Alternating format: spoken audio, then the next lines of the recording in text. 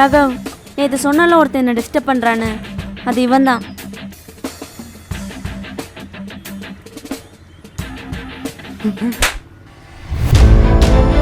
ஏண்டா அதான் நேற்று இனிமேல் பின்னாடி வராதுன்னு சொன்னால, அப்புறம் எதுக்கு மறுபடியும் வந்து தொலை பண்ணிட்டு இருக்க? கேட்கறதுக்கு யாரும் இல்லைன்னு நினச்சியா? அவனை தொலைச்சிருவேன்.